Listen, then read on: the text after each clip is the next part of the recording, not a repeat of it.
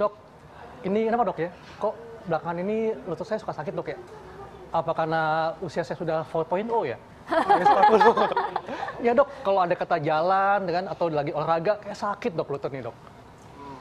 Coba kita periksa dulu. Oh, waduh, pas banget nih. Dokter Sheila, pas dok, ada dokter realita nih. Iya, udah ada dokter realita nih, spesialis ortopedi. Nah dok, ini sambil kita mengatasi sakitnya dokter Haikal.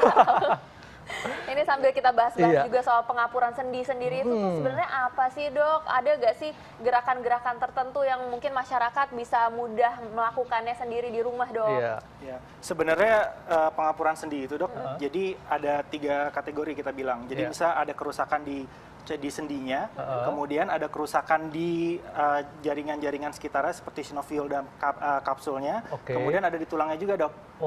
Jadi secara langsung si sendinya itu kalau kita lihat ayam ya dok ya, jadi yang ada di ujung tulang ayam kita itu kan ada yang putih jernih, putih bening dan licin. Nah itu yang kita bilang dengan articular cartilage-nya, sendinya. Bantalan sendinya dok berarti ya? Sendinya. Nah itu lama-lama kekikis dok. Karena apa dok sebabnya nih? Nah itu banyak faktor sih dok. Atau usia? Usia itu juga salah satu saya yang nih masih kemudian muda berat badan dok. Berat badan. Oke. Cuman kalau yang tadi dokter tanya, ada nggak sih yang bisa kita lakukan di rumah? Bisa dong.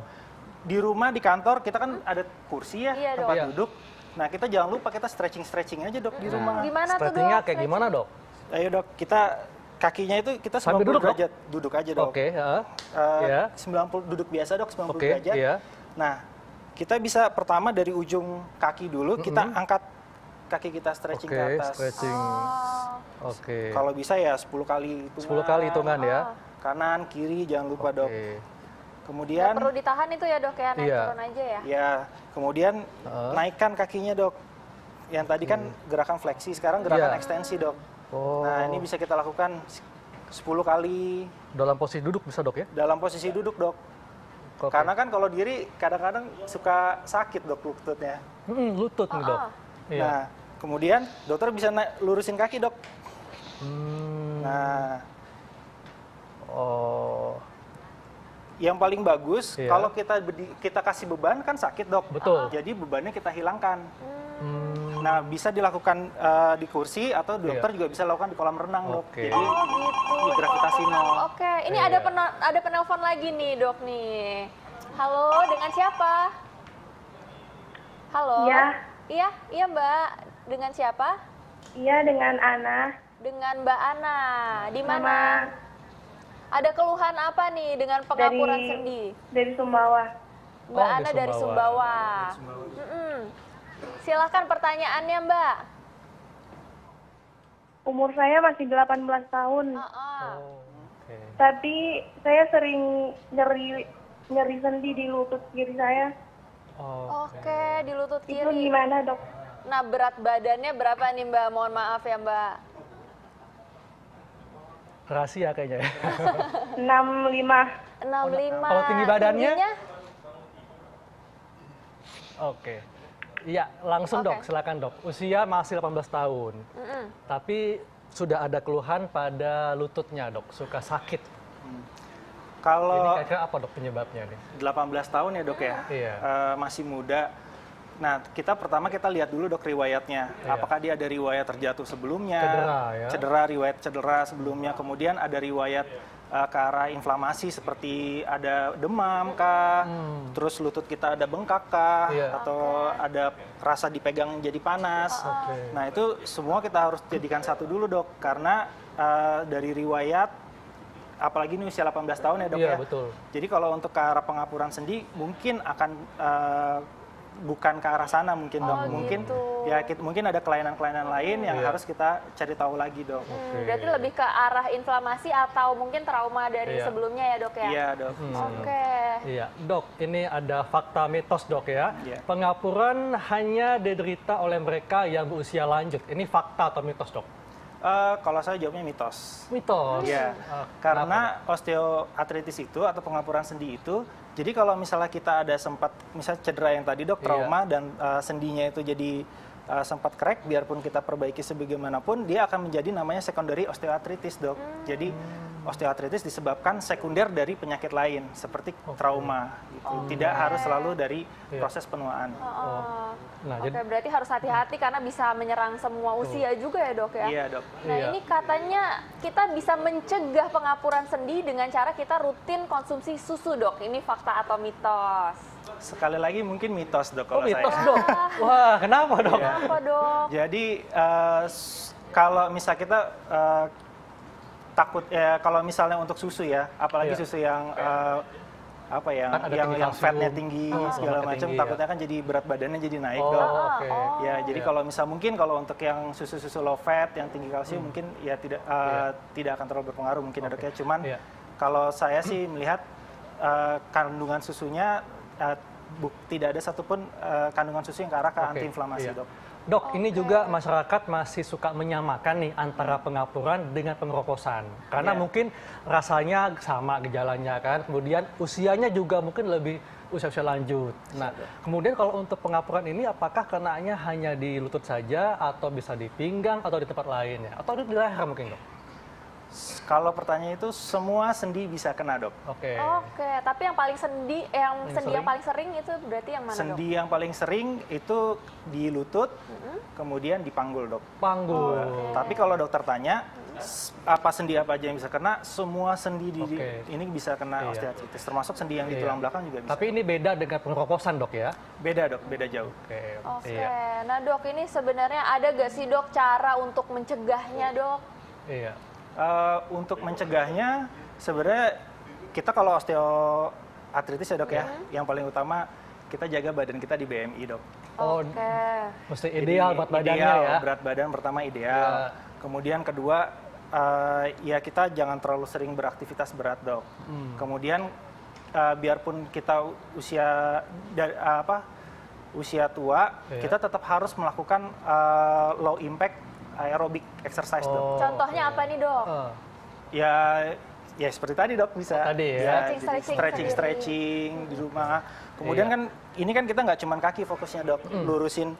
Jadi kita semua kita gerakan, dok. Kita luruskan, kemudian kita angkat paha kita juga. Kemudian kalau misalnya dokter punya karet di rumah, dokter bisa membuka kakinya keluar. Gini, dok ya? Ya, latihan semua sendi-sendinya, dok.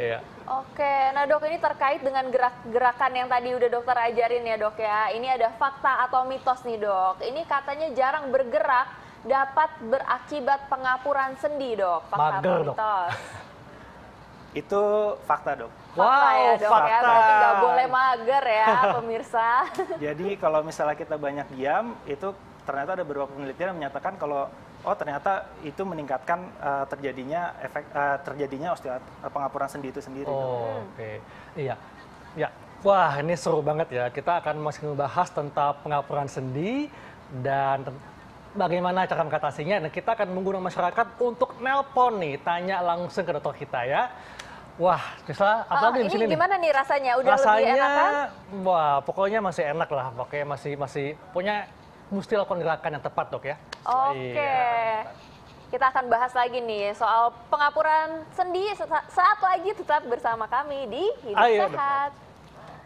Iya, itu tadi buah-buahan yang dapat mencegah pengapuran tulang, dok Shil ya. Bener ya itu, dok ya, tadi. Ada blueberry, ada citrus.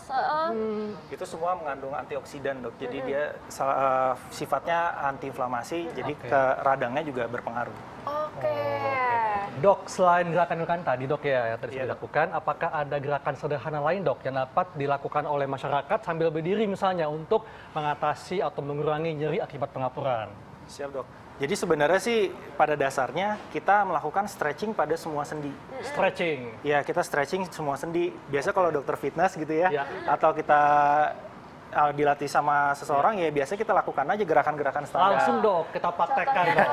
Iya. Dari atas berarti ya, dok, ya? Dari atas. Tapi kalau untuk usia tua, kalau bisa sih jangan dari atas, dok. Karena kita takutnya nanti ada hilang keseimbangan. Kemudian kalau kita mau melakukan gerakan berdiri, terutama pada orang tua, kalau bisa di kiri kanannya, itu ada sesuatu yang bisa kita pegang.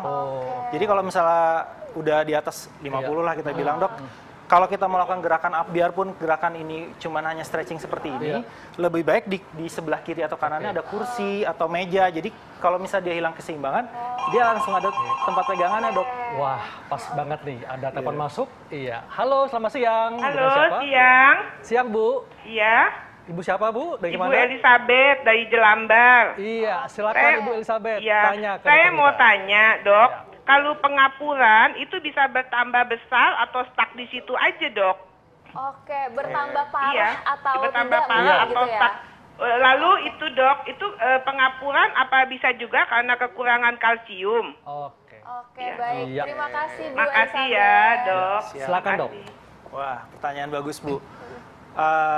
Kalau misalnya yang tadi yang karena kekurangan kalsium itu mungkin lebih ke arah osteoporosis kali ya, Dok, ya, pengeroposan tulang. Tapi kalau misalnya untuk osteoartritis itu kita sendiri juga ada stagingnya, Dok. Jadi kalau misalkan ada yang dari ringan, grade 1, grade 2, grade 3, grade 4, jadi bukannya dia stuck di situ, tapi dia bisa makin lama makin parah. Ya, itu bisa dilihat nanti dari ronsennya sama dari klinisnya, Dok. Nah, apa saja, Dok, yang bisa bikin makin parah nih? Faktor apa saja? Faktor apa saja? Yang pertama ya tadi berat badan satu, kemudian kita terlalu banyak gerakan-gerakan yang membending lutut, ya sendi seperti ini. Kemudian ketiga sering melakukan angkat berat, Dok. Ya itu juga ngaruh. Oke, nah mungkin ini masyarakat bisa dicontohkan lagi nih, Dok, sambil kita ke mitos atau fakta juga. Siap. Ini penyakit ginjal katanya, Dok, ini bisa menyebabkan pengapuran sendi. Fakta atau mitos tuh, Dok? Bisa mitos, bisa fakta. Tapi lebih ke mana nih, Dok? Kalau saya sih lebih ke arah mitos kayaknya. Mitos, oke. Cuman karena memang kalau pada gagal ginjal itu yang kita harus perhatikan adalah nanti buat treatment dari pengapuran sendi ini sendiri. Jadi termasuk obat-obatnya kan sebagian besar seperti NSAID, tramadol itu semuanya dikeluarkan oleh ginjal. Kemudian kalau misalnya penyakit ginjal itu lebih banyak ke arah osteoporosis juga, Dok, ke pengapuran. Jadi ada hormonal yang terganggu produksinya sehingga terjadi pengeroposan sendi. Dok, ini ngomong-ngomong yang dikenakan Dr. Sheila seperti hak tinggi ini apakah bisa meningkatkan resiko pengapuran sendi, Dok? Wah, pertanyaan sulit, Dok. Gimana, Dok? Sebenarnya ini kalau misalnya pakai sepatu hak tinggi ini kan ini dia mengurangi terlihat seperti kalau ada di kaki kita yang bengkok-bengkok gitu. Kalau kita pakai hak tinggi itu kelihatannya kayak bagus aja, Dok. Iya. Apalagi kalau misalnya kaki saya kan cenderung gitu ya bentuknya, Dok, ya. Jadi itu lebih bagus kalau pakai hak tinggi. Itu lebih berbahaya gak, Dok? Ya sebenarnya lebih ke arah cedera sih, Dok. Aduh, gitu ya. Tapi kalau yang sudah mengalami pengapuran apakah masih boleh, Dok, menggunakan hak tinggi? Pertanyaan sulit ya, Dok. Berarti sampai usia berapa nih kira-kira saya boleh pakai hak tinggi nih, Dok? Sebenarnya sampai kata-katanya gampang, Dok, sampai simptomatik, Dok. Jadi gejala. Iya, jadi banyak yang orang udah sebenarnya dia udah ada pengapuran sendi, tapi dia nggak ada sama sekali gejala, Dok. Jadi udah sebenarnya sendinya udah, wah kalau kita lihat dalamnya tuh sebenarnya udah ronsen udah parah, tapi dia tetap aja anteng ya, anteng enak segala macamnya, itu nggak ada masalah, Dok. Tapi kalau misalnya dia ada pengapuran sendi sekecil apapun, tapi dia ada gejala yang kita bilang simptomatik itu, nah itu baru kita harus perhatikan. Oke, baik, Dok. Iya, ini ada lagi, Dok, yang paling sering, Dok, ya. Rutin konsumsi kolang-kaling dapat mengatasi pengapuran sendi. Ini fakta atau mitos, Dok? Kolang-kaling, Dok. Kolang-kaling. Apa hubungannya, Dok? Jadi kalau kita lihat memang ada beberapa kayak kita baca seperti ini bisa efek antiinflamasi yang diharapkan. Cuman kalau kita cari lagi masih belum ada banyak jurnal yang menyatakan ini ada efek bagus atau tidak. Jadi belum terbukti secara klinis. Belum terbukti secara klinis. Jadi mitos, Dok, jawabannya. Mitos jawabannya. Oke, Dok. Nah, ini gerakan apa lagi nih, Dok? Boleh, ini tadi kan stretching tangan. Berarti harus megang sesuatu ya kalau misalnya bapak yang udah berusia nggak boleh tanpa support gitu ya. Paling nggak mungkin bisa pegang istrinya. Gitu. Kalau sama-sama tua nanti jatuh juga, Dok. Dua-duanya jatuh. Iya. Ya, silakan, Dok. Gerakan apa lagi, Dok? Jadi sebenarnya sih ya gerakan-gerakan ya seperti kita gerakin Dok, ya? semua elbow, shoulder kita gerakan maju ke depan, kemudian jangan lupa ya gerakan kita untuk ini, untuk bahu, stretching untuk bahu juga. Ini dilakukan setiap hari, Dok, ya? Setiap hari. Berapa lama, Dok? Disarankan 10 sampai 15 menit. 10 sampai 15 menit. Siap, Dok.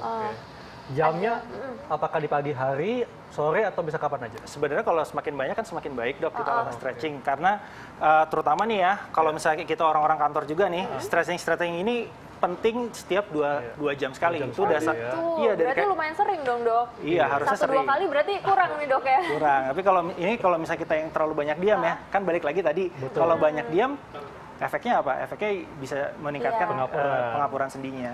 Oke, selanjutnya nih dok, ada fakta atau mitos lagi dok. Katanya sering konsumsi junk food ini dapat memicu pengapuran sendi. Pasti Fakta jawabannya fakta bukan? Kalau saya sih mitos dok. Oh mitos. Kenapa dok? Jadi kalau misalnya ini kan lebih ke arah sebenarnya ke arah apa ya? Kalau efek secara langsung sih nggak ada, belum ada penelitiannya. Cuman kalau misalnya memang secara predisposisi bisa dok. Jadi si badan kita kalau kita makan junk food terlalu sering kan jadi gemuk, kan lebih melar ya dok lebih melar. Nah itu yang kita nggak harapkan dok. Jadi beban lagi ke sendi kita takutnya memang jadi osteoartritis atau pengapuran sendi. Tapi secara garis besar sih belum ada kaitan langsung dari penelitian dok. Jadi intinya jangan sampai kelebihan beban ya, gemuk ya, karena gemuk itu bisa menambah beban bagi sendi dan tulang kita. Iya betul sekali. Nah ini ada penelpon lagi mungkin? Iya silakan. Halo. Halo dokter. Halo. Iya dengan siapa? Ibu Rita Sidoarjo. Ibu Rita, silahkan Bu pertanyaannya. Ini Pak dokter. Iya. Untuk saya kalau didengarkan ada suara krek-krek gitu. Apa ini termasuk pengapuran? Oke. Suka ada suara krek-krek dok. Apakah ini gejala pengapuran dok? Silakan. Kalau ditanya seperti itu mungkin jawabannya iya. Ya, tapi balik lagi Bu, kita harus periksa juga karena kalau pengapuran sendi ini, apalagi kalau kita ngomongin sendi, kita harus kita lihat kestabilan sendi juga kita harus cek. Jadi bunyi krek-krek ini salah satu bagian dari osteoartritis, mungkin iya, mungkin tidak. Lebih baik Ibu periksakan lagi ke dokter apakah bunyi krek-krek ini karena ketidakstabilan dari tulangnya, sendinya, atau bisa juga dari hal-hal lain. Oke, ini ada fakta atau mitos yang paling common di masyarakat nih dok. Ini katanya dok, wanita itu lebih rentan menderita pengapuran sendi dibandingkan dengan laki-laki. Ini fakta atau mitos? Saya tahu jawabannya. Apa itu? Fakta bukan dok? Fakta. Nah kan betul. Kenapa dok? Tuh? Kalau kenapanya sih mungkin ada, ya kita wanita dan laki-laki beda ya. Tapi nggak ada berhubungannya dengan high heels ya dok ya? Enggak dok. Cuman memang kalau misalnya kita lihat secara statistik, perbandingannya 2:1 dok. Oke. 2 perempuan, 2 perempuan, 1 laki-laki. Cuman kalau misalnya penyebab pastinya kita juga masih belum tahu karena ini dari statistik aja dok. Oke. Dok, ini kan ada juga karena judul kita nih, kan judul kita pengapuran sendi menyerang tanpa gejala.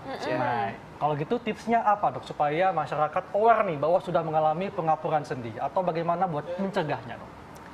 Ya kalau misalnya tanpa gejala yang seperti tadi saya bilang dok. Jadi sebenarnya kita nih setiap orang bisa aja kena dok. Tapi yang jadi masalah ada ketika dia simptomatik, yaitu ketika dia nyeri.